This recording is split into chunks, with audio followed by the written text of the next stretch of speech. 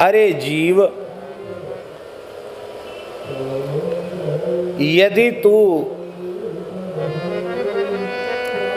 करुणा सागर, कृपा सागर, दया सागर, पतित पावन, दीन बंधु, दया सिंधु, शील सिंधु श्री रघुनाथ जी की सर्वविध सेवा करने में, उनकी गुलामी करने में यदि तुझे लज्जा न होती तो आज तेरी जो दुर्दशा हो रही है ये तेरी दुर्दशा भी न होती। तेरी दुर्दशा का कारण ही यही है कि शील सिंधु, दया सिंधु, कृपा सिंधु रघुनाथ जी के हाथों तू बिक नहीं गया, तू उनके बिना मोल का चेहरा नहीं बन गया, सेवक नहीं बन गया। यदि राम जी का गुलाम बन जाता तो तेरी ये दशा नहीं होती। गुलाम बनना चाहिए था राम जी का, और गुलाम बना तू किसका? मानसी में गोस्वामी जी कहते हैं, वंचक भगत काए राम के, वंचक भगत काए राम के, किंकर कंचन को काम के, किंकर कंचन को काम के, किंकर कंचन को काम के, किंकर कंचन को काम के। हम भगत नहीं हैं, ठेठ भाषा में कहें तो हम भगत नहीं, हम तो ठगत हैं। क्या हैं? ठगत। हम भगत नहीं, ठगत हैं। और ये बात भीतर से पक्की कर लो, जो सोचता है कि हम दूसरों को ठगते हैं वो दूसरे को क्या ठगेगा, दूसरे को पीछे ठगेगा, स्वयं पहले ठगाया जाता है। इसलिए किसी को ठगने का विचार अपने मन में मत रखो। कबीरा आप ठगाइए, कबीरा आप ठगाइए, हमको कोई भले ही ठग ले जाए, कबीरा आप ठगाइए और न ठगिए कोई। क्यों? बोले और ठगे दुख हो ये गो, आप ठगे सुख हो। स्वयं ठग गए तो सुखी रहोगे, दूसरे को ठग लोगे तो दुखी होना पड़ेगा। दूसरे को मत ठगो।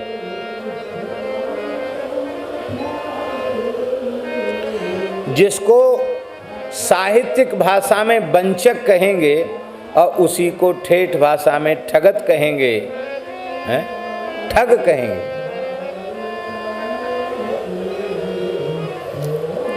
और महाराज जी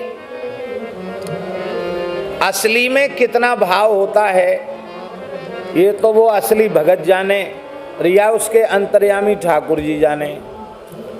ठग इतना बढ़िया अभिनय करते हैं, इतना बढ़िया अभिनय करते हैं कि बड़े बड़े पंडित शिरोमणि भी मूर्ख बन जाते हैं। नवरात्रि चल रही है, मानसी का पारायण तो प्रायः लोग कर ही रहे होंगे, करना भी चाहिए नवान्न पारायण। प्रताप भानु राजा कहीं से भी कोई कोर कसर उसमें नहीं है। वेदज्ञ है, धर्मशील है, विद्वान है, सूरवीर है, कुलीन है, और इतना ही नहीं, वासुदेव अर्पित नृप ज्ञानी। इतना ज्ञानी है कि जो कुछ करता है वासुदेव को अर्पित भी कर देता है। कहीं से कोई कसर नहीं है प्रताप भानु में। और वो प्रताप भानु जंगल में एक ठगत के चक्कर में फंस गया। ओ महाराज, क्या विशाल जटा जूट थे उसके, क्या बढ़िया पंचकेश थे, क्या फक्कड़ का विरक्त का बाना था उसका।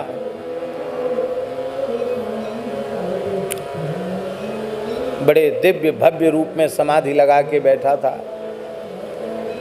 राजा ने सोचा चलो कोई अच्छा महात्मा मिल गया, दंडोत प्रणाम किया। तो बोले आपका परिचय। तो राजा ने अपना परिचय अपने रूप में नहीं दिया, मंत्री के रूप में दिया कि मैं प्रताप भानु का सचिव हूं।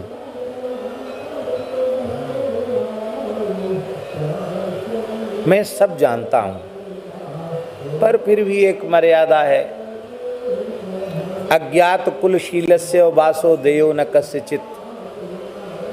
जिस व्यक्ति के कुल और शील का ज्ञान न हो उसको अपने पास में नहीं रखना चाहिए। अब रात हो गई है, कहाँ जाओगे, इस भीड़ जंगल में रहना पड़ेगा यहीं। इस नीति का धर्म का विचार करते हुए हमने तुमसे तुम्हारा परिचय पूछ लिया। अब तुमने जो परिचय दिया वो सही है कि गलत है ये तुम जानो, पर तुम्हारा परिचय हमसे छिपा हुआ नहीं है। अरे ये तो बड़े सिद्ध महात्मा है, मैंने अपने को मंत्री बताया और ये तो मुझे पहचान गए। फिर इतने पुराने पुराने इतिहास सुनाए, किस कल्प में कैसे सृष्टि बनी, कब कैसे प्रलय हुआ। ओ महाराज, विचित्र विचित्र इतिहास सुनाए। अरे महाराज, इनकी तो उम्र का कोई ठिकाना ही नहीं। बोले महाराज क्षमा करें अपराध, मैंने आपका परिचय, आपने मेरा परिचय तो मुझसे पूछा और मुझे जैसा बताना चाहिए था वैसा मैंने नहीं बताया, चतुराई की, पर भगवान मुझसे भूल हो गई। मैं आपका परिचय जानना चाहता हूँ। अरे बोले महाराज, हमारा क्या परिचय है, अब तो हम भिखारी हैं, संसार को तिलांजलि बैठ के दे करके यहाँ बैठे हैं, निर्धन हैं, भिखारी हैं, और नहीं तो आपके जैसे कोई महल बना के रहते हम।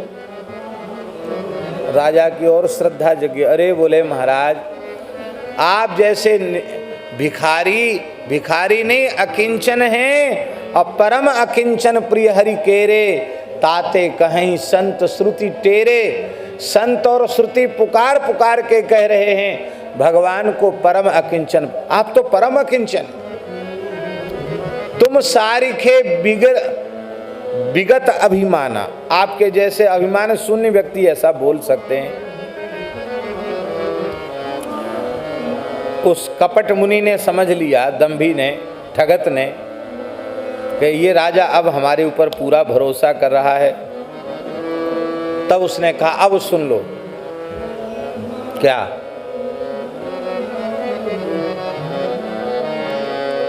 आदि सृष्टि उपजी जब,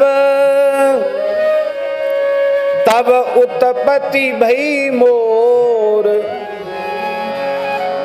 नाम हमार एक तनु, देह न धरी बहोर। ये झूठ बिल्कुल नहीं बोला, ठग भी झूठ नहीं बोलते। वेद शास्त्र पुराण की बात तो बोल के ठगते हैं, झूठ नहीं बोला। अरे प्रत्येक जीव तभी उत्पन्न हुआ जब आदि सृष्टि हुई। हाँ, आगे की बात थोड़ी सी उसने कपट वाली कही, नाम हमारे एक तनु। एक तनु है, एक तनु माने आदि सृष्टि में जो शरीर मिला था वो अब तक है, देह न धरी बहोर। चक्कर में फंस गया। क्या क्या हाथ लगा प्रताप भानु के। अब प्रसंग है तो एक बात कहना बहुत जरूरी है। सर्व लक्षणों से संपन्न होने पर भी, सदाचार और धर्म निष्ठा से पूर्ण युक्त होने पर भी प्रताप भानु का पतन हो गया। पूरे कुल खानदान सहित पतन हो गया। बड़े बड़े लोग पढ़ते हैं, पाठ करते, पर किसी की गुत्थी सुलझती नहीं। आप विचार करो उसकी गलती क्या है भाई? कपट मुनि चक्कर में फंसा लिया, फिर उसने पुरोहित को हर लिया, फिर खुद पुरोहित बन के बैठ गया, माया से सोते सोते इसको राजमहल में रानी के पास सुला दिया। विश्वास जमता चला गया और जमते जमते जमते जमते जमते जमते फिर बोला महाराज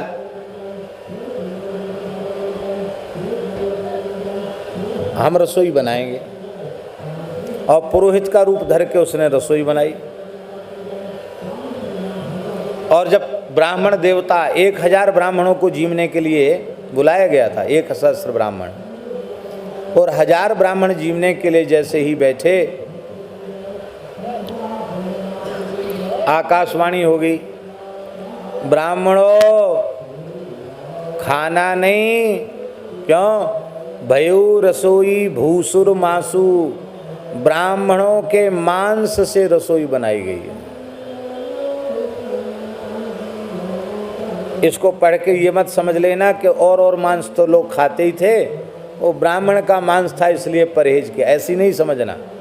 मायामय सो कीन रसोई, वो मायामय रसोई थी। देखने में लड्डू, पूड़ी, कचौड़ी, हलवा, मालपुआ, तस्मई दिखाई पड़ रहा था, पर उसमें अशुद्ध वस्तु का मिश्रण था। मानव मांस में भी ब्राह्मण के मांस का मिश्रण था, इसलिए मांसाहार बिल्कुल नहीं करते थे वे, वो मांसाहारी नहीं थे। ये मन में कभी नहीं सोचना। ब्राह्मण उठ के खड़े हो गए, हे राजा, तू मुझे हमारा धर्म भ्रष्ट करना चाहता है? जाओ, तुम पूरे कुल खानदान सहित असुर हो जाओ, राक्षस हो जाओ। तो भैया जी यहाँ कमी कहाँ रह गई थी प्रताप भानु में? केवल पूरे चरित्र में एक कमी है, और इस कमी को, इस नाजुक नस को इस कपट मुनि ने पकड़ लिया। हमारे जीवन में भी कोई न कोई ऐसी नाजुक नस किसी ठग के हाथ लग जाती है, जिस नस को पकड़ करके वो ठग अपना काम बना लेता है।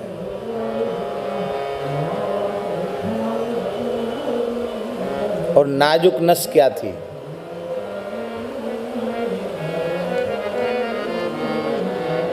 सबसे नाजुक नस, बड़ी बारीक बात है, शायद इस पर लोगों का ध्यान न जाता हो। सबसे नाजुक नस थी प्रताप भानु का अपने गुरु पर पूरा भरोसा न करना।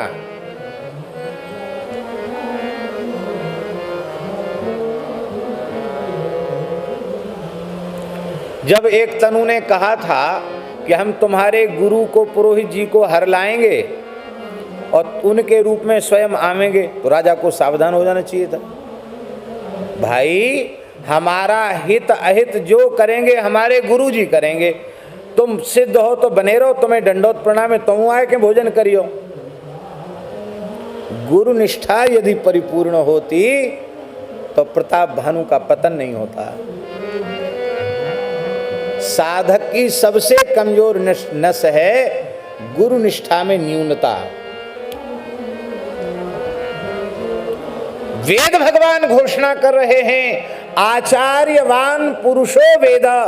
आचार्य निष्ठा, गुरु निष्ठा जिसमें नहीं है, वह व्यक्ति भगवत तत्व को नहीं जान सकता है। भगवत तत्व का अपरोक्ष ज्ञान उसी को होगा, उसी भाग्यशाली को होगा जो गुरु निष्ठा में परिपूर्ण है।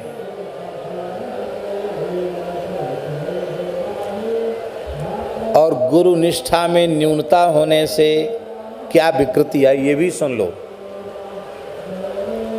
सब कुछ ठीक है प्रताप भानु का, विकृति क्या है कि उसके मन में एक भाव है कि सब मेरे बस में हो जाएं।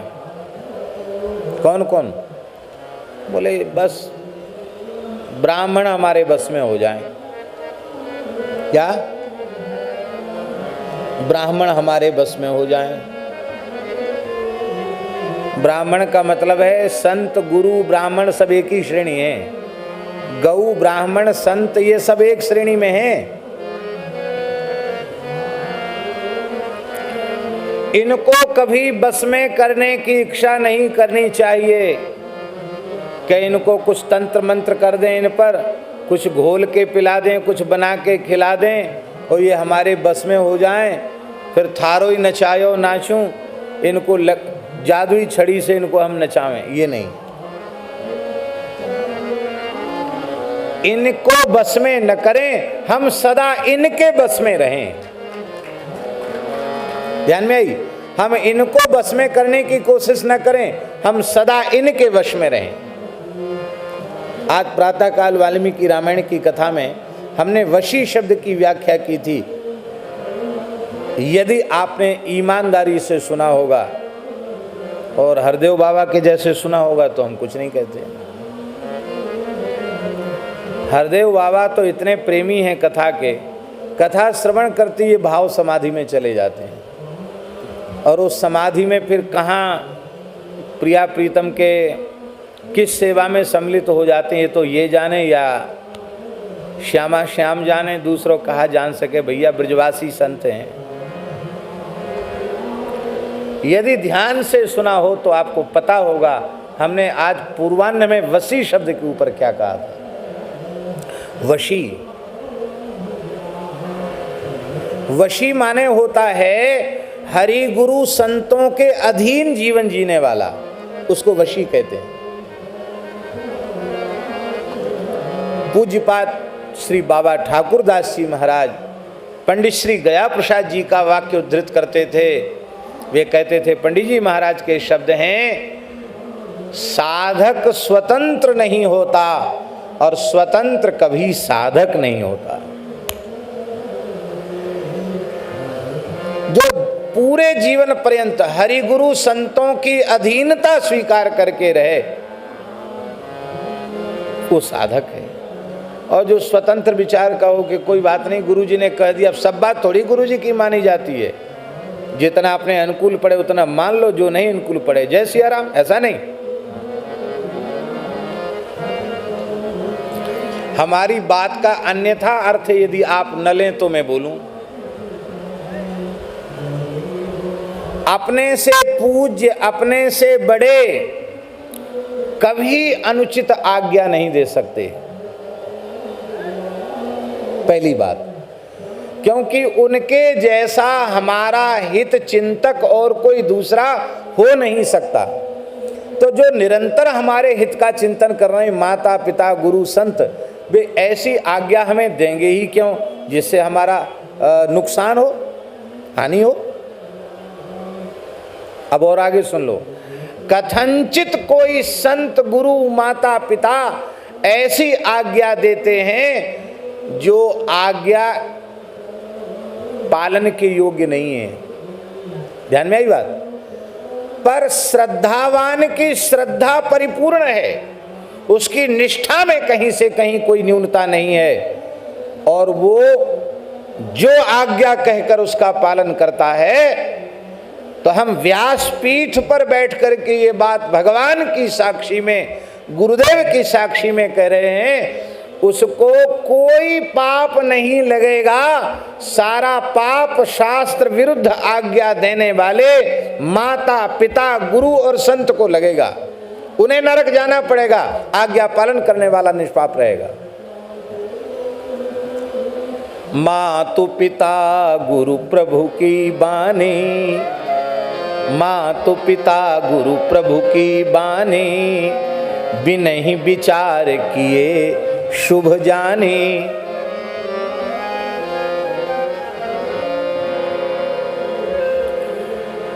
युधिष्ठिर को जुआ खेलने का पाप नहीं लगा।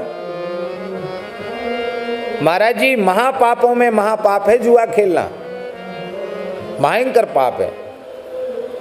पर युधिष्ठिर, धर्मराज युधिष्ठिर, धर्म विग्रह युधिष्ठिर, उनको जुआ खेलने का पाप नहीं लगा। क्यों नहीं लगा? क्योंकि उनके पूज्य पिता राजर्षि पांडु और पांडु के बड़े भाई धृतराष्ट्र ताऊ जी, अब पिताजी तो दिवंगत हो गए और राजगद्दी पर कौन बैठे हैं? ताऊ जी। धृतराष्ट्र। तो पिता का बड़ा भाई पिता के तुल्य होता है, तो पिता का बड़ा भाई पिता से भी अधिक पूजनीय होता है। ताऊ जिसको कहते हैं, हमारे ब्रज में ताऊ कहते हैं। पिता के बड़े भाई को ताऊ और छोटे भाई को काका, काका कहें या चाचा कहो, ऐसा बोलते हैं। धृतराष्ट्र एक तो राजा हैं, राजाज्ञा, फिर ताऊ जी हैं, और फिर पिताजी जीवित नहीं हैं, पिता के स्थान पर भी वही हैं। युधिष्ठिर ने जुआ खेला, पाप नहीं लगा, और ऐसा वैसा जुआ नहीं खेला, पत्नी तक को दांव पर लगा दिया। और द्रौपदी ने फिर सबको वापस अपने सतीत्व के बल से सबको वापस ला दिया।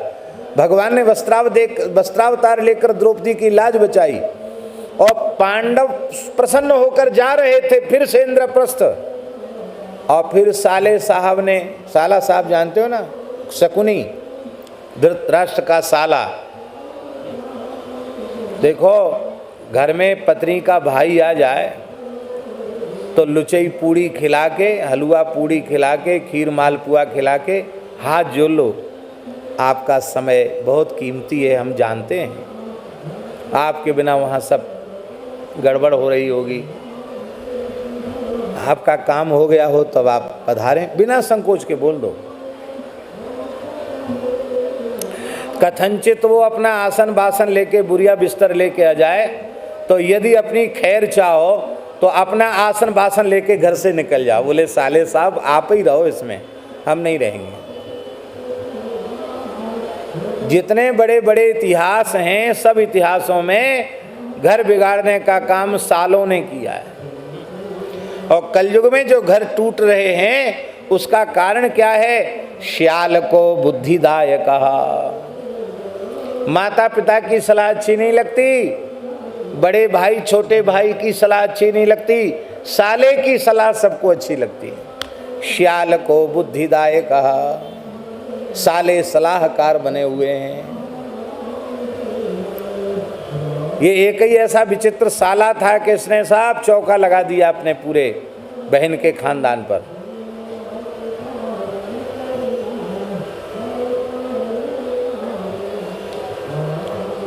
एक सज्जन कह रहे थे, महाराज आप तो बाबा जी हैं, इस सब से आपका कोई लेना देना हुआ नहीं, आपने इतनी बुराई सालों की कर दी, और हमारे तो सब काम साले ही देख रहे हैं कथा में, और आपने साले की बुराई कर दी।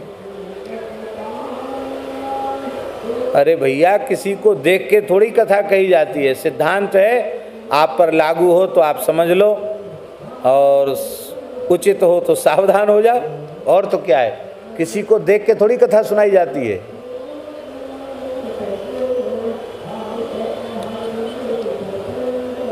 तो इधर विराजें, इधर आ जाएं, जगह है, इधर आ जाएं। श्री वृंदावन बिहारी लाल की जय। साले साहब शकुनी ने कहा, जीजा जी आप हमारे भांजों का जीते जी भला नहीं देख सकते, हमको पक्का पता पड़ गया। ये 100 हैं 100, और वे 5 हैं 5, पर ये 105 की क्या चले, 5 में से एक का भी मुकाबला नहीं कर सकते, अकेले भीमसेन का मुकाबला नहीं कर सकते। कैसे कैसे हमने जुआ की विद्या के द्वारा छल के पासे फेंक करके तुम्हारे पुत्रों को समृद्ध बनाया था, और तुम ऐसे उदार चक्र चूड़ामणि बन गए, भोले भंडारी बन गए कि तुमने जीता हुआ सब दाव फिर वापस कर दिया। अपनी, अब वह दिन दूर नहीं, अपनी संतान का हित नहीं देखा आपने, अब वह दिन दूर नहीं है जो ये राजमहल और हस्तिनापुर भी तुम्हारे और तुम्हारे बेटों के हाथ में नहीं रह जाएगा। वे 5 आकर इस पर भी कब्जा करेंगे। ऐसी पट्टी पढ़ाई कि धृतराष्ट्र फिर घबरा गया। अरे बोले भैया शकुनी, तुम मेरे बड़े अच्छे सलाहकार हो, पर क्या करें, हम डर गए कहीं सती सबको भस्म न कर दे। मैंने तो सबको बचाने के लिए उदारता दिखाई, अब क्या करें, अब तो हमारे हाथ से बाजी निकल गई। इतना सुनते शकुनी रहस्यपूर्ण हंसी में कुटिलतापूर्वक हंसते हुए बोला, जी बस इस बात की तो चिंता ही मत करो, उपायों का तो मैं भंडार हूँ। अच्छा, अभी भी उपाय है तेरे हाथ में? बोले हाँ उपाय तो है। क्या? बोले युधिष्ठिर इतना बड़ा आज्ञाकारी है कि उसको फिर से जुआ खेलने बुलाओगे तो भी आ जाएगा। क्यों? बड़ों की आज्ञा वो टाल नहीं सकता, हम उसकी आदत जानते हैं। अब की बार हम ऐसा दाव खेलेंगे, एक दाव में ही हार जीत होगी, और जो जीत जाएगा वो शासन करेगा पूरी धरती पर, और जो हार जाएगा वो 12 वर्ष का वनवास उसे भोगना पड़ेगा, और 1 वर्ष अज्ञातवास में रहना पड़ेगा। अज्ञातवास के भीतर यदि वो पहचान में आ जाता है तो फिर 12 वर्ष का वनवास उसको करना पड़ेगा। ये दाव मेरा जीजाजी ऐसा दाव है कि पांडवों का जीवन ही जंगलों में व्यतीत हो जाएगा। सूर्य जैसे छिप नहीं सकता, पांडव छिप सकेंगे नहीं, हर बार अज्ञातवास में पकड़े जाएंगे और फिर 12 वर्ष वनवास, बस जंगलों में ही भटकते भटकते जिंदगी समाप्त हो जाएगी, और मेरे भांजों का अकंटक साम्राज्य धरती पर रहेगा।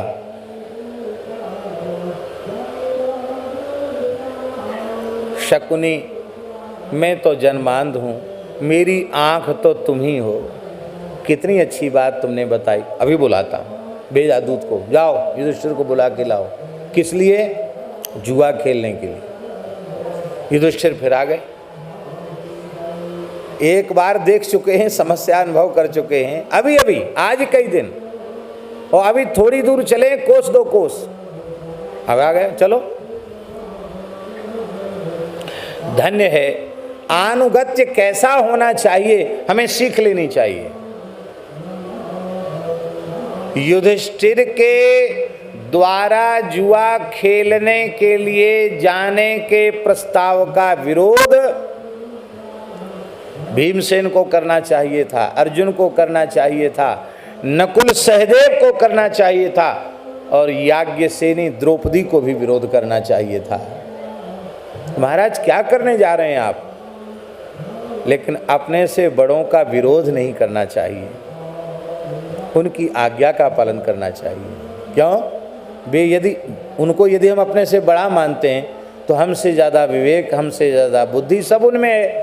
फिर यदि वे पूछते हैं कि तुम इस विषय में हमको सलाह दो, तो जो तुम्हारी समझ में आता हो उसको विनम्रतापूर्वक कह दो, लेकिन उनके किसी कार्य को अनुचित मत बताओ। कैसे विचित्र हैं महाराज जी ये सब के सब उनके पीछे, हाँ ठीक है, और जुआ खेलना पड़ा। पांडवों का वनवास हुआ, अज्ञातवास भी हुआ, पांडवों का क्या बिगड़ा? कुछ नहीं बिगड़ा। संतों की, ऋषियों की कृपा, तीर्थों का दर्शन, भगवान का वात्सल्य, सब कुछ उन्हें मिला। कौरवों को 12 साल और 1 वर्ष के अज्ञात का 13 साल ही का समय तो हुआ। वो 13 वर्ष में क्या मिला कौरवों को? 4 दिन की चांदनी और फिर अंधेरी रात है। उन 13 वर्षों के बाद रहा न कुल रोवनी हारा, खानदान में कोई रोने वाला नहीं बचा। धृतराष्ट्र ने आज्ञा दी ना, तो धृतराष्ट्र के 100 पुत्रों में से 1 पुत्र भी जीवित नहीं रहा। किस मर्मांतक पीड़ा की अनुभूति धृतराष्ट्र ने की होगी, उसका निरूपण, उसका वर्णन संभव नहीं है।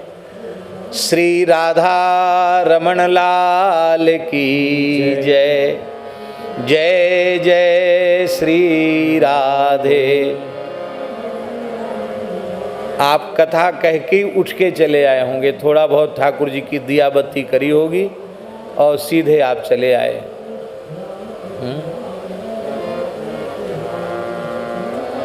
खूब श्रमित होंगे। लेकिन आपके मंगलमय दर्शन से हम बहुत आह्लादित हैं और सारी सभा आपके नाम के अर्थ के अनुरूप कमल के समान खिल रही है। सब खूब आनंदित हो रहे हैं। दास जो निवेदन कर रहा था उसी का हम निवेदन करें।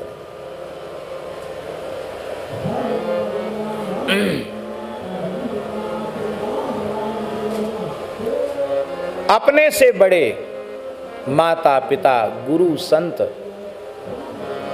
जो आज्ञा देवें उस आज्ञा में विचार न करे, यथाज्ञापयतु देवा कहकर उसे अंगीकार कर ले। मातु पिता गुरु प्रभु की बानी बिनहि विचार किए शुभ जानी। ये चर्चा हम कर रहे थे।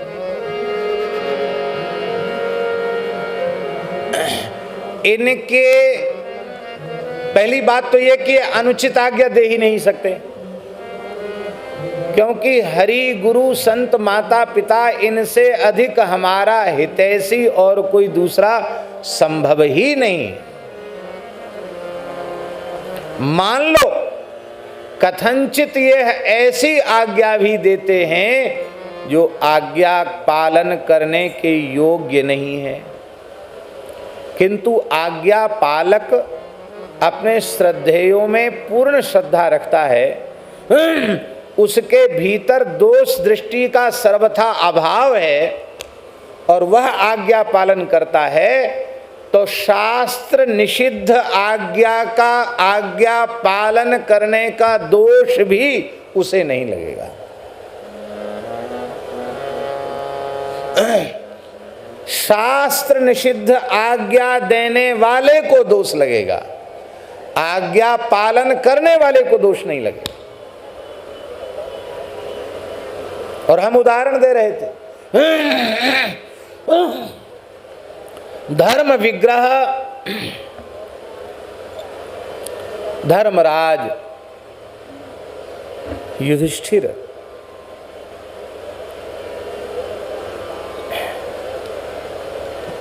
उन्होंने जुआ खेला।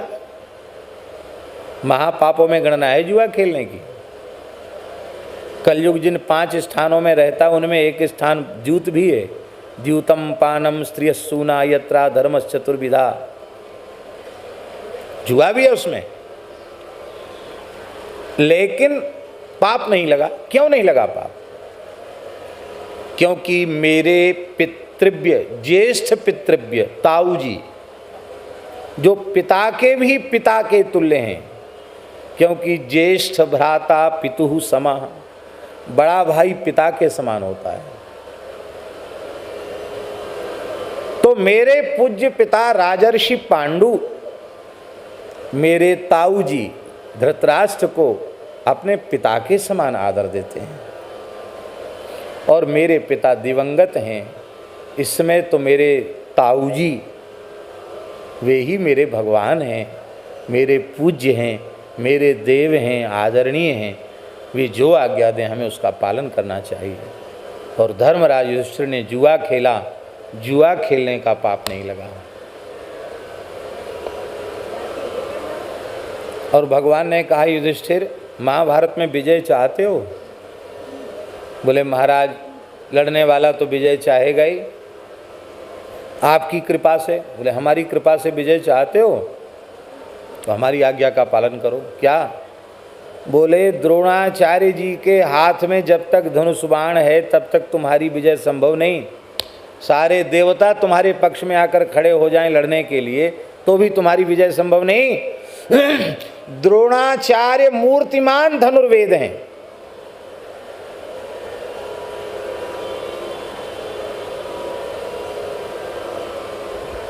और वस्तुतः धनुर्वेद ही द्रोणाचार्य के रूप में प्रकट हुआ है। पूज्य श्री रामायणी राम कृपाल दास जी महाराज चित्रकूटी जी आए हैं, इधर कुर्सी पर विराजे। तो भगवान क्या कह रहे थे हम? द्रोणाचार्य हैं?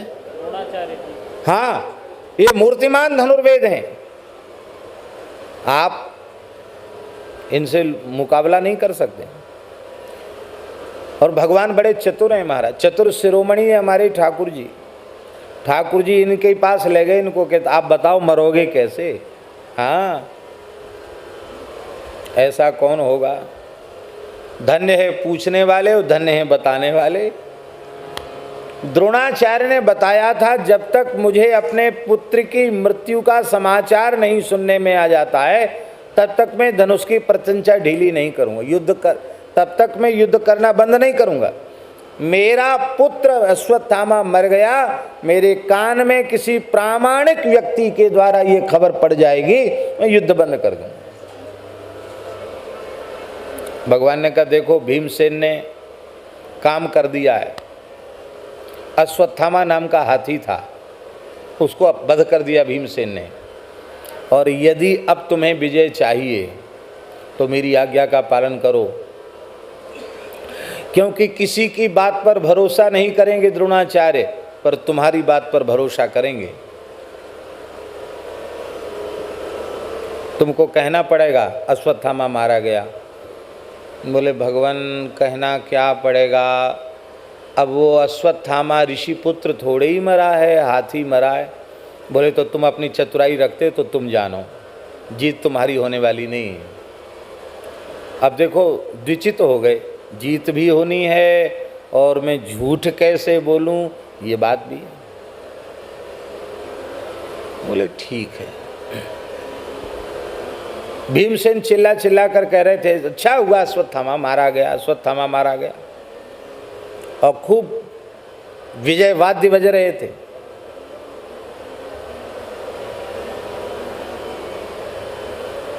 द्रोणाचार्य ने कहा युधिष्ठिर कह दें तो मैं मान सकता हूं। युधिष्ठिर गए पास में, अश्वत्थामा हतः नरो वा कुंजरः, अश्वत्थामा मारा गया। अब नरो वा कुंजरः, मनुष्य है कि कुंजर है हाथी, मैंने देखा नहीं, पर अश्वत्थामा मर गया ये बात पक्की है। हाथी मरा कि मनुष्य ये मैं नहीं कर सकता। क्या ये जानते नहीं थे वो? बोलो, झूठ हो गई, झूठ से बचने का प्रयास किया, झूठ हो गई। नरक का दृश्य युधिष्ठिर को देखना पड़ा। न तत् सत्यम यच्छलेनानुविद्धम, जिस सत्य में छल हो वो सत्य नहीं है। अब हमारी बात तो बुरी लगेगी तो लग जाए।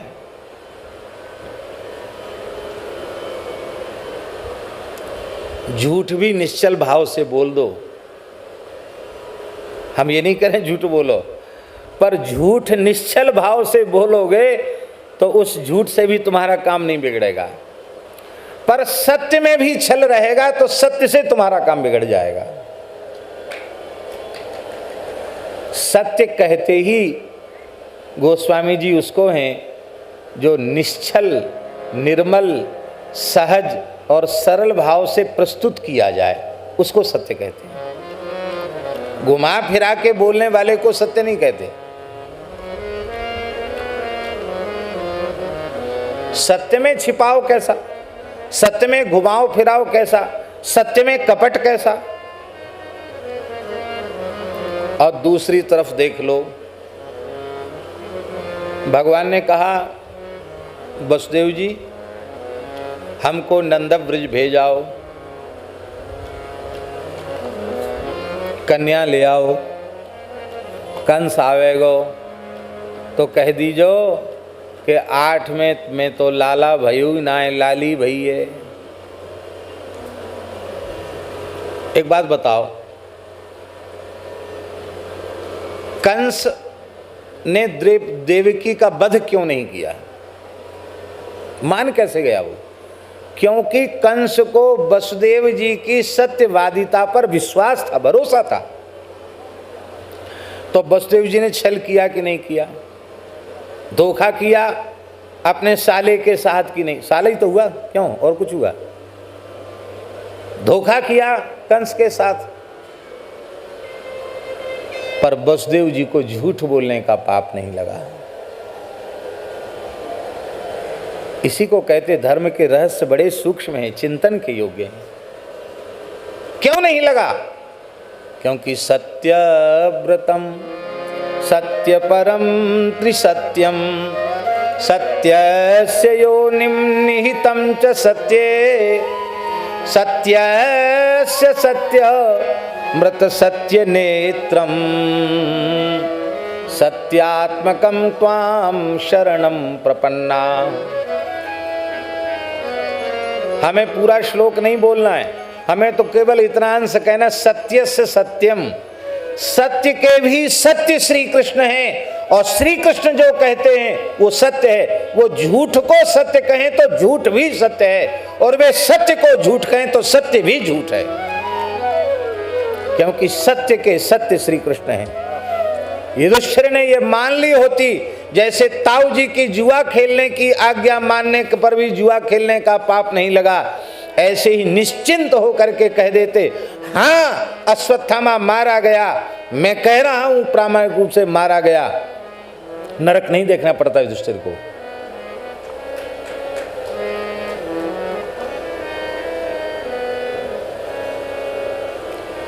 जुआ खेलने का पाप नहीं लगा और झूठ बोलने का पाप लग गया, और वसुदेव जी को झूठ बोलने का पाप छू भी नहीं रहा है, क्योंकि उनका अपना आग्रह है ही नहीं। सत्य के सत्य तो श्री कृष्ण हैं, और वे जो आज्ञा कर रहे हैं उनकी आज्ञा ब्रह्मा जी शंकर जी मानते, मैं कौन चीज हूं।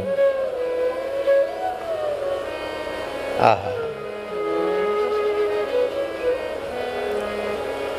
विरुद्ध आज्ञा देने वाले, शास्त्र विरुद्ध आज्ञा देने वाले धृतराष्ट्र को उसका दुष्परिणाम भोगना पड़ा, पांडवों को नहीं। माता पिता गुरु संत विरुद्ध आज्ञा दें तो उसका परिणाम उनको नरक जाकर भोगना पड़ेगा, विनाश होगा उनका। परम हितैषी होकर अहितकारी बात उन्होंने कैसे कही, उनको भोगना पड़ेगा, किंतु आज्ञा पालन करने वाले को भोगना नहीं पड़ेगा। एक विनोद की बात सुना दें।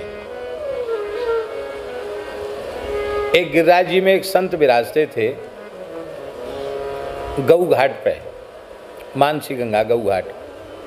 ये चकलेश्वर की तरफ जाते हैं ना, तो पहले गऊ घाट पड़ता है, जहाँ से राधा कुंड की परिक्रमा आरंभ होती है। तो वहाँ एक पुराना स्थान है, कनक भवन आश्रम। अभी वहाँ के महंत जी भी कल तक तो दिखाई पड़े थे, आज नहीं दिखाई पड़ रहे हैं कि शायद चले गए। वहाँ के मूल संस्थापक महापुरुष जो थे वो थे श्री राधे श्याम बाबा, बड़े सिद्ध संत थे।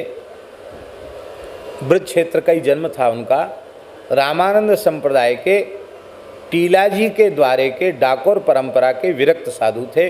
उनका नाम सीताराम दास जी था, पर सेवा कुंज में महाराज का दर्शन उन्होंने किया था, और लाडली जी ने उनके सिर पे हाथ धर के कहा, बाबा अब तू राधे श्याम है जा।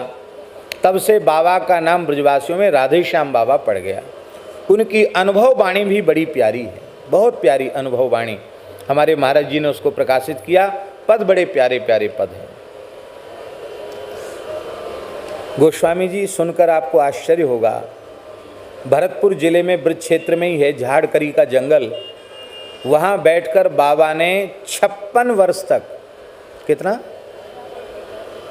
56 की 52 वर्ष 56 वर्ष तक उन्होंने महाराज जी महामंत्र का जप केवल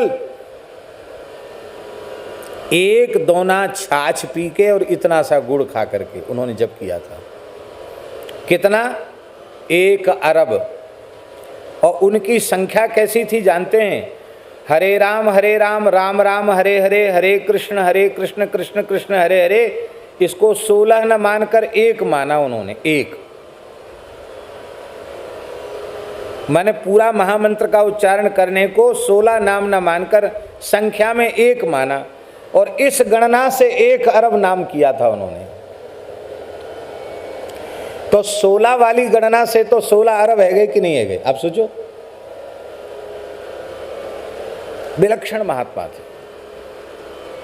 तो उनके चरित्र तो बहुत हैं, उनको हमें नहीं सुनाना है। वो गिरिराज जी में विराजते थे और सेवा भी खूब होती थी। शौचाचार के बड़े आग्रही थे वो।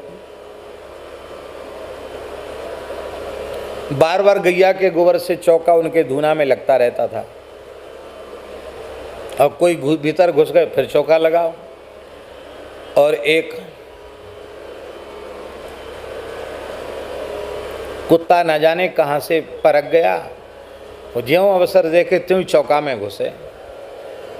तो बाबा मस्तराम, उनका एक चेला था, मस्तराम बाबा कहते थे उसको।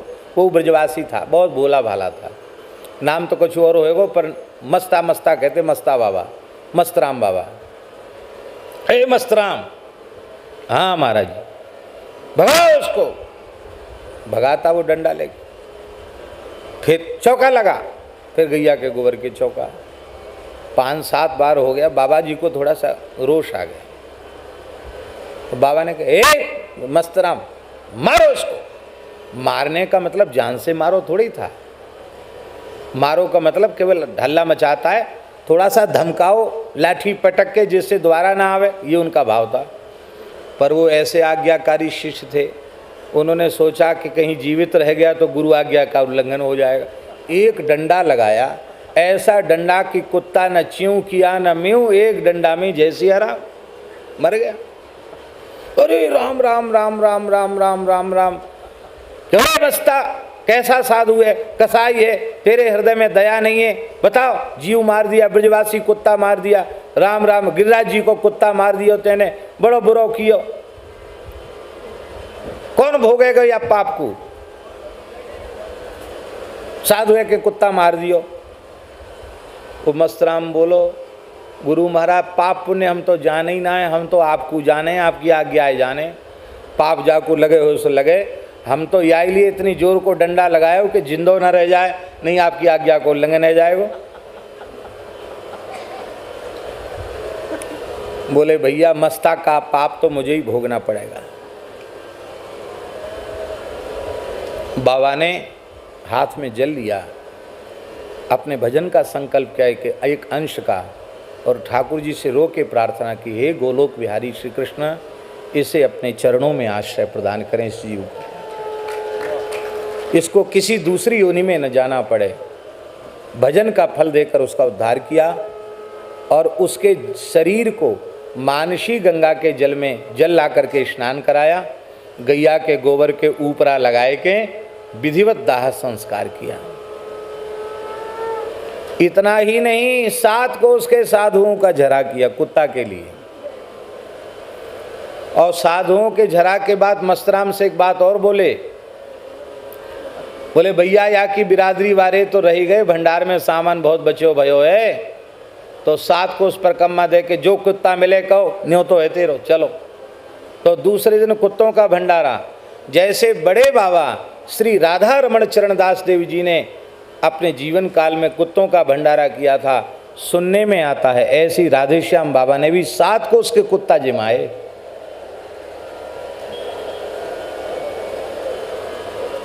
तो बोले भैया तू ऐसा गुरु भक्त है, अब हम तो आज्ञा देंगे तो सोच समझ के देंगे कि कहीं ऐसी आज्ञा को फिर कोई पालन न तू कर दे।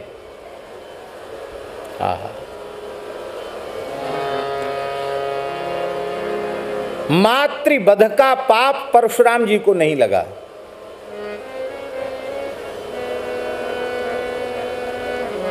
बड़ों की आज्ञा।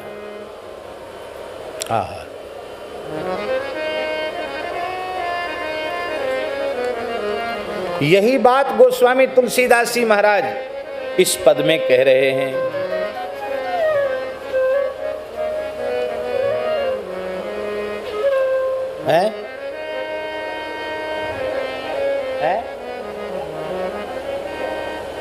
सुनाई नहीं पड़ रहा आप क्या कह रहे हैं?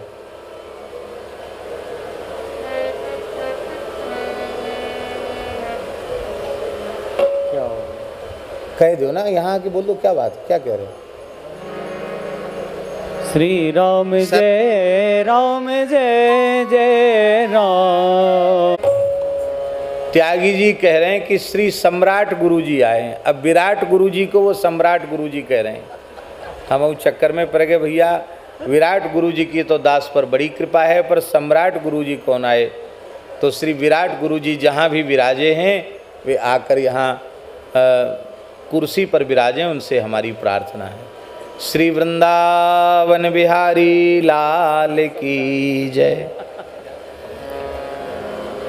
आहा, बहुत प्यारी बात है, बहुत ही प्यारी बात है। गोस्वामी जी कह रहे हैं, इसी की व्याख्या हम कर रहे थे। जो पे चिराई राम की कर तो ना लजा, तो जो पे चिराई राम की कर तो ना लजा, तो तू दाम कुदाम ज्यों कर कर ना बिका, तो दाम कुदाम ज्यों कर कर ना बिका, तो जो पे चिराई राम की कर तो ना लजा, तो जो पे चिराई राम की कर तो ना लजा, तो। अरे मूढ़ जीव, करुणा सागर, दया सागर, कृपा सागर, पतित पावन दया सिंधु श्री रघुनाथ जी की निष्काम सेवा करने में, गुलामी करने में यदि तू लज्जा का अनुभव नहीं करता, निश्चल निष्कपट भाव से भगवत भागवत पारतंत्र में जीना सीख लेता, तो आज जो तेरी दुर्दशा हो रही है, ये दुर्दशा तेरी न होती। गोस्वामी जी, हम लोगों का ये पहला जन्म तो नहीं है। पहली सृष्टि कब बनी इसका निर्णय आज तक किसी ग्रंथ में नहीं हुआ है, किसी ऋषि ने भी निर्णय नहीं किया। अनुमान भले ही लगा लो, इतने करोड़ साल पहले, इतना अरब साल, कुछ नहीं। धाता यथा पूर्वम अकल्पयत,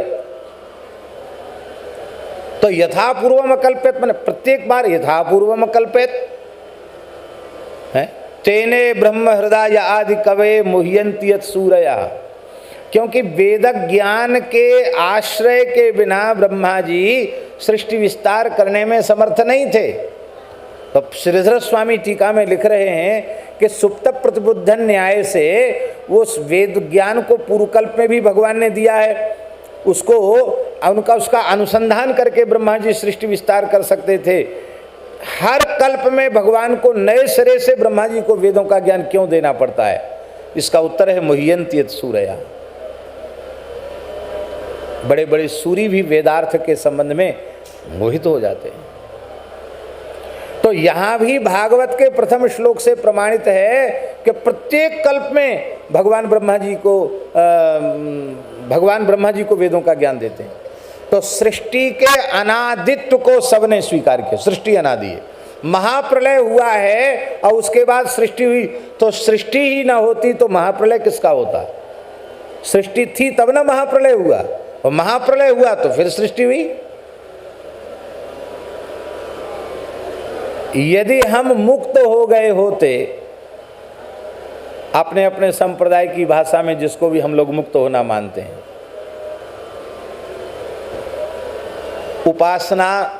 उपासनात्मक सिद्ध देह, दास दासी, सखा सखी, मंजरी, जो भी सिद्ध देह है उसकी प्राप्ति हो जाना और निरंतर अपने आराध्य की निष्काम सेवा में लग जाना, अष्टयाम सेवा में लग जाना, हम लोगों की मुक्ति तो यही है। और जिसके मत में जो मुक्ति का स्वरूप हो अपने अपने संप्रदाय के अनुसार जाने। और उस स्थिति में हम पहुंच गए होते तो हमारा ये वर्तमान जन्म नहीं होता। इसका मतलब है कि अनंत काल से इसी दुर्दशा में हम पड़े हैं। क्या है दुर्दशा?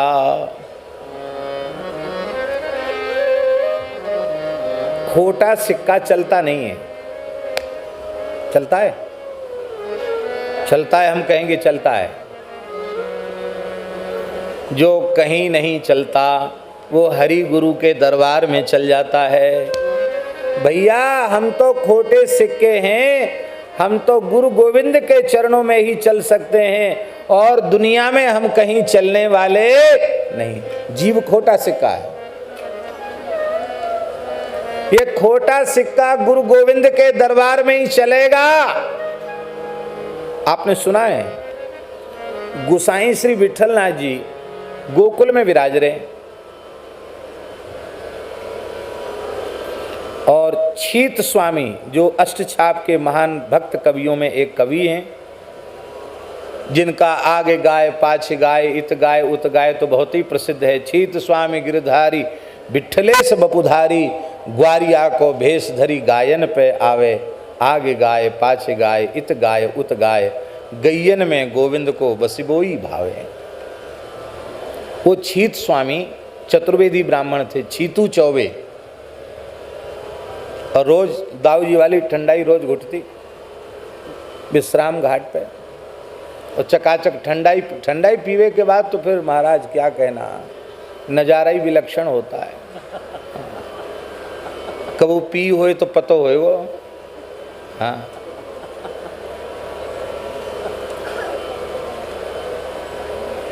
अब महात्मा का नाम नहीं लेंगे। महात्मा वो आए थे, पधारे थे, नाम लेने से वो लोगों तक बात फैलेगी, अच्छा नहीं है। तो महात्मा ने आग्रह किया, हम लोग थे, त्यागी जी थे, हम लोग कई मूर्ति थे, गांधी धाम जाना था गोस्वामी जी, तो बीच में उनका आश्रम पड़ा। बहुत अच्छी गौ सेवा, 800-900 गैया है और बहुत सुंदर संस्कृत विद्यालय है, बहुत अच्छी सेवा है। तो वहाँ हम लोग गए, बोले ब्यारू, हमने कि ब्यारू तो जहाँ पहुँचेंगे वहीं करेंगे, वहाँ सबरी तैयारी है ब्यारू की, भगत दुखी है जाएंगे। ब्राह्मण देवता बड़ी पवित्रता से रसोई सिद्ध करके तैयार करके बैठे, तो देर भी हो जाएगी, वहाँ सत्संग का समय। तो बोले ऐसा करो, थोड़ा काढ़ा और पकौड़ी ले लो, गरम गरम पकौड़ी और काढ़ा। तो हमने उनसे कहा कि पकौड़ी ही तो है और तो कुछ इसमें नहीं है, माने शंकर जी वाली बूटी तो नहीं है इसमें। तो अरे बोले महाराज जी आप क्या कह रहे हैं, पकौड़ी पकौड़ी है, होगी तो नेकाद होगी, बातें कछू नहीं, कुछ नहीं उससे असर होगा, कुछ नहीं, आप विश्वास तो करो हमारे ऊपर। उनका ठीक। अब सब ने भूखे तो थे ही, रोड के मार्ग से चल रहे थे, तो 2-2 3-3 4-4 दोना, गरम गरम पकौड़ी भजिया वो खाए, ऊपर ते बढ़िया काढ़ो, सौंठ काली मिर्च पीपर अदरक तुलसी और बढ़िया अधोटा दूध में बढ़िया काढ़ा, और बड़ा स्वादिष्ट काढ़ा, पता नहीं कितना बढ़िया काढ़ा बनाया, चकाचक मीठो डाल के। अब तो हमने भी कम से कम 4-5 दोना खाया।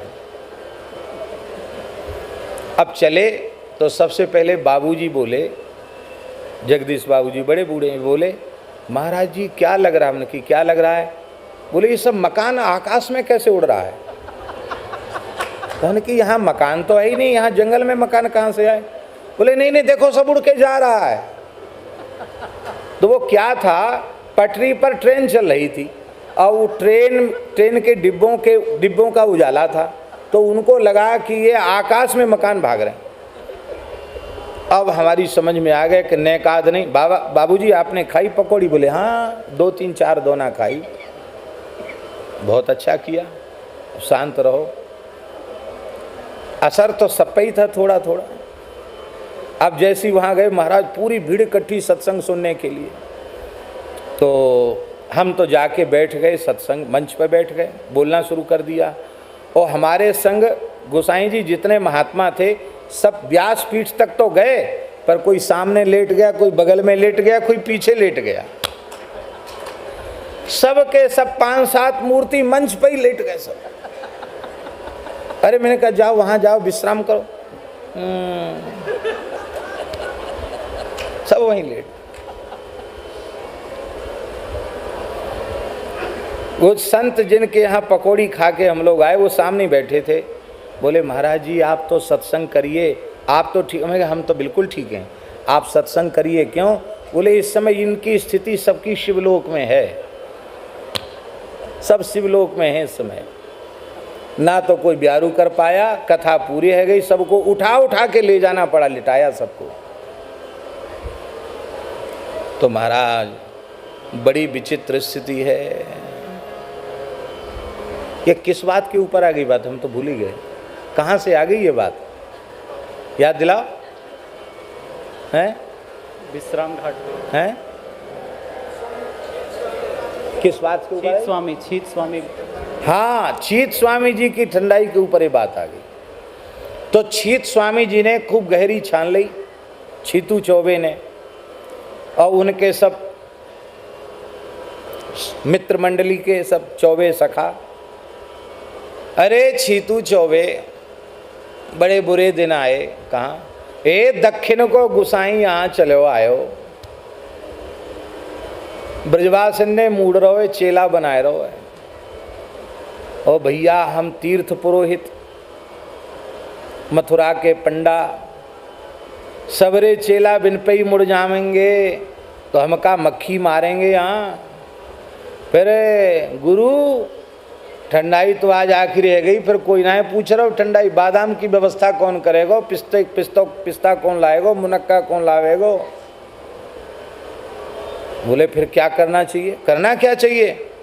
अरे तुम पंडित हो, विद्वान हो, हम सब चले वहाँ लट्ठे लेके, शस्त्र ते शास्त्र से काऊ प्रकार ते वाकू विजित करें।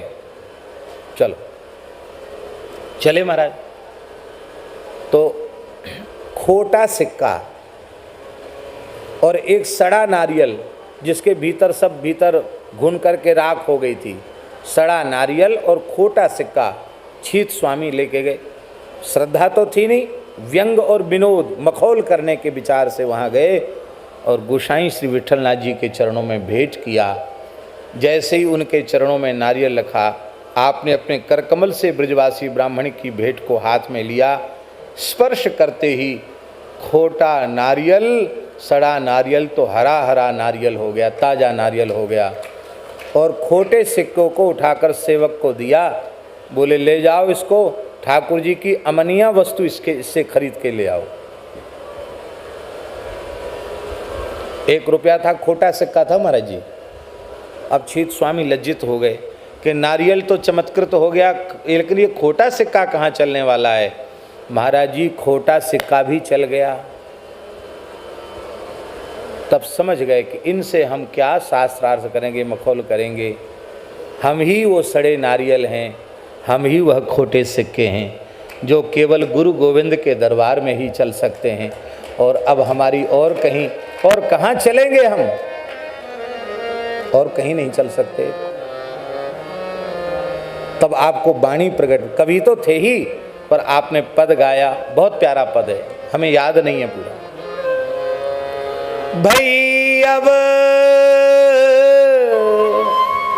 गिरिधर सो पहचान, भई अब गिरिधर सो पहचान। साक्षात गिरधर ही विठलनाथ गोस्वामी के रूप में पधारे हैं। पर मैं मति मंद मनुज कर जान, मैंने मनुष्य रूप में माना। यही वह है और वही यह है, यही वेई वेई यही छीत स्वामी जी ने कहा। और आज ही गोसाई जी ने ब्रह्म संबंध करा दिया। और ऐसी गुरुनिष्ठा है गोस्वामी जी, प्रत्येक पद में छीत स्वामी के, छीत स्वामी गिरधारी, श्रीनाथ जी हमारे स्वामी हैं। विठलेश बपुधारी, वो श्रीनाथ जी ही आचार्य स्वरूप में है। आचार्यम माम बीजानीयात, ये उनके पदों में छाप है। गोस्वामी जी भी यही बात कह रहे हैं, जो तू चिराई राम की, कर तो न लजा तो तू दाम कुदाम ज्यों, कर कर न बिका तो तू दाम कुदाम ज्यों, कर कर न बिका तो। अरे जीव तू खोटा सिक्का है, गुरु गोविंद के दरबार में ही चलेगा, और तूने गुरु गोविंद का मैं गुलाम हूं ये हृदय से स्वीकार नहीं किया, इसीलिए खोटा सिक्का जैसे चलता नहीं, इस हाथ से उस हाथ में, इस हाथ से उस हाथ में। हंसी मत समझियो, एक ऐसा चद्दर भी है, वो देखने में तो सफेद ऊनी जैसा लगता है, पर हम समझते हैं कि कभी किसी को उपयोग में नहीं आता होगा, सम्मान में लोग उड़ाते हैं। अब हमारे सामने होएगा तो हम दिखाएंगे आपको चद्दर। वो चद्दर कोई उड़ता तो मैंने देखा ही नहीं। हमने आपको उड़ा दिया, आपने उनको उड़ा दिया, उनने उनको उड़ा दिया, तो खोटा सिक्का तो अब नहीं, वो खोटा चद्दर है। हमने तो कहा भैया हमें कोई भले ही उड़ावे, पर हम अपने यहाँ से किसी को उड़ावेंगे तो भागलपुरी मंगाए लो, कम से कम उपयोग में तो आवे। सूती गमछा हो उपयोग में तो आवे, वो किसी के उपयोग में नहीं आता वो चद्दर। बस एक कंधे से दूसरे कंधे पे, दूसरे कंधे से तीसरे कंधे पर। जैसे उस चद्दर की क्या कहेंगे, ऑर्डिनरी चद्दर क्या कहेंगे, भगवान जाने क्या कहें, जो कहें, ऐसी खोटे सिक्के के समान ये जीव है। चला तो हम पे भी नहीं, हमने पुंडरीक जी को दे दिया, पुंडरीक जी ने कहा चलो भैया दान पुण्य तो कछु करना चाहिए, कुंभ मेला, कुंज बिहारी जी को दे दिया, कुंज बिहारी जी ने कहा भैया हम कहा करेंगे, इन्होंने संजय जी को दे दिया, संजय बोले ले हमारे माथे अच्छी आफत परी, गौ सेवा का बड़ा महत्व है, चलो कृष्णानंद जी को दे दो। कृष्णानंद जी को क्या महाराज, कृष्णानंद जी को तो 100 ग्राम सेंधा नमक भी गाय के लिए उस खोटे सिक्के में आने वाला नहीं। कृष्णानंद जी ने कहा चलो कहीं आरती दी किसी ने, लो आरती में ही चढ़ा दो। आरती वालों विचारो कहा करे, वो उन्हें कहिए दे दियो। जैसे खोटा सिक्का हाथ से हाथ जाता है पर कहीं चलता नहीं है, यदि तू हरि गुरु संतों का गुलाम बन गया होता तो एक खोटे सिक्के की तरह तेरी दुर्दशा न होती। पर तू राम जी का सेवक बना कहाँ? प्रसिद्धि तो ये करा दी कि रामदास हैं, कृष्णदास हैं, गोविंद दास हैं, माधव दास हैं, राधा रमण दास हैं, राधा वल्लभ दास हैं, जानकी वल्लभ दास हैं।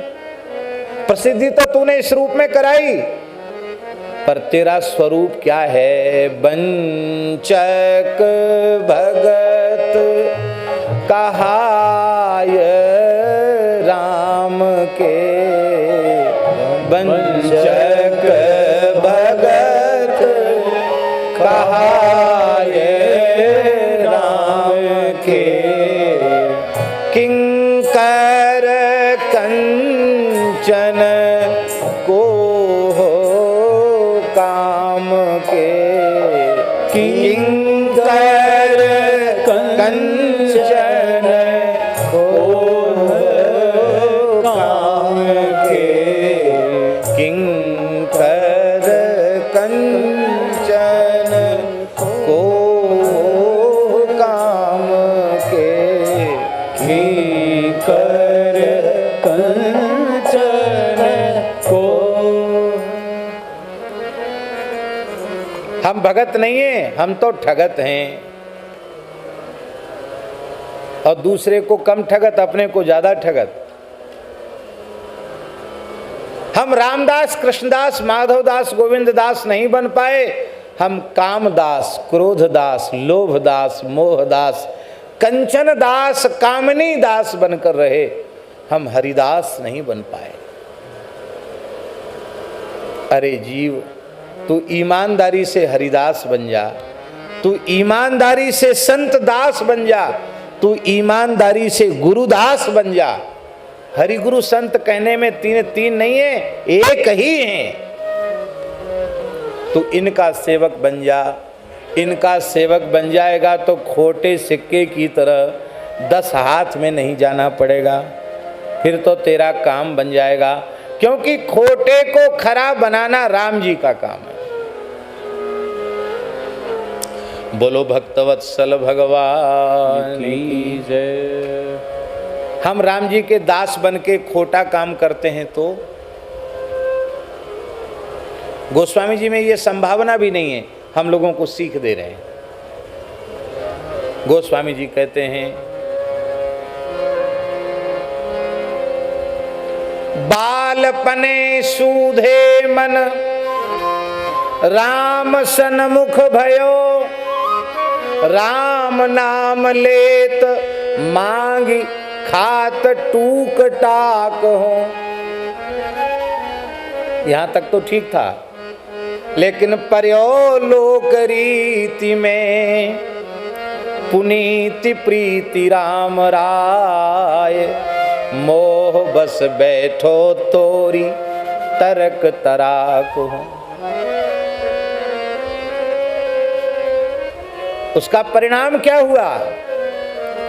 बोले फूटी फूटी निकसत लौन राम राय को।